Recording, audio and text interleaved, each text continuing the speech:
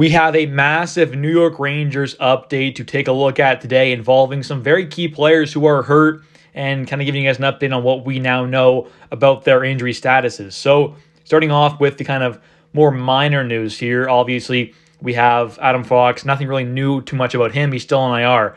But then you have obviously Ryan Lindgren and Igor Shesterkin, who are now practicing, which is obviously a good sign. And it does seem like Ryan Lindgren is going to be good to go Saturday night against the Devils, which is a good sign.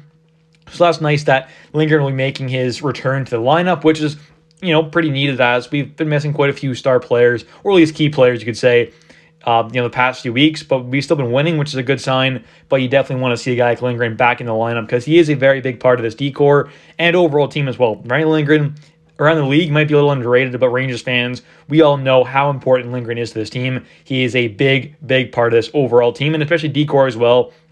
So it's nice that he is presumed to be coming back to play Saturday night.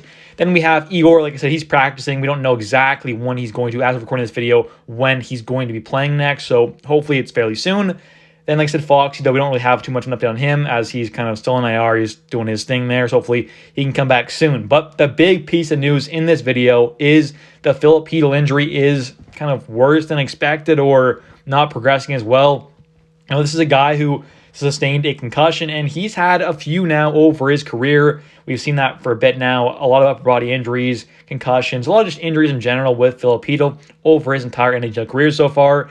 And it's not really what you want to see. He's missed quite a bit of time here and there. I mean, he's never played more than 75 games in an entire season, so not really what you want to see. But, this is still a great player. I mean, he's still a great player when he's healthy, but that's the thing, is when he's healthy. And he's been healthy for the most part over his career, but he has had quite a bit of time when he's missed, 10, 15 games in a season, which, I mean, that's quite a few games to miss when you're playing 80 total games in the regular season. Missing 10, 15, 20 games here and there in a season is quite a bit. So, hopefully he can kind of obviously get away from these injuries, but they just keep seeming to find him. And right now, this one seems to be a very bad one, as it's a concussion, and it seems like it's his suspected fourth concussion that he's kind of had. And it's not what you want to see. Obviously, 4 concussions is a pretty big concern for your overall life, not just your hockey career, but your overall life and stuff. And a lot of NHL players have had their NHL careers ruined or stopped, or,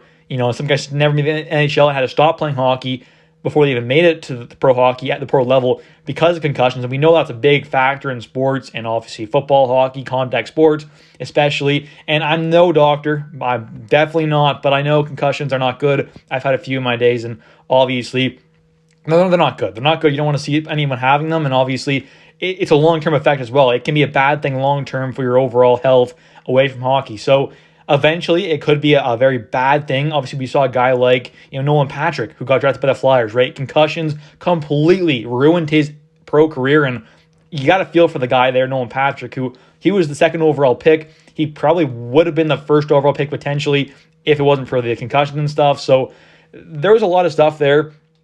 Back at that draft, and obviously Nolan Patrick and Nico Hischier going 1 and 2, and Patrick falling to 2. When kind of the start, you would have presumed Patrick would have went 1, but the injuries definitely came up and bit him, and hopefully it doesn't happen with Chytil here. But last thing we'll take a look at here is how Filip Chytil was playing before the injury, because he was doing pretty good for this team. He had 10 games played, 6 points, all assists, was playing pretty good, creating some good chances, playing on that second line with Lafreniere and Panarin, and obviously that line's been great this year. It's been by far, I would say, the best Rangers line.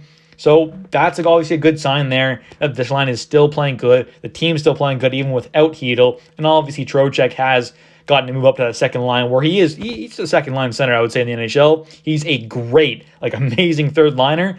But obviously I would say he's definitely capable of being a second liner. And he's proven that obviously this year as well because he's been amazing. But having that 1-2-3 combo of Zib, Chytil, and then Trocheck, I think, is amazing. You have 2 second-line centers in Chytil and Trocheck and a top-line guy in Zib. That is some very good center depth for cases like this. When you have an injury and Chytil goes down, you have a guy like Trocheck who can seamlessly, easily come off that second line and be really where he should be and would be on most teams. He can be that second-line center there and really do a great job for this team. But anyways, guys, thank you so much for watching. If you have enjoyed, please smash the like button. Don't forget to subscribe for daily New York Rangers content. I post every single day. So if you are a Rangers fan, this is the place to be. Don't forget to comment down below your guys' thoughts. Thanks for watching, and see ya.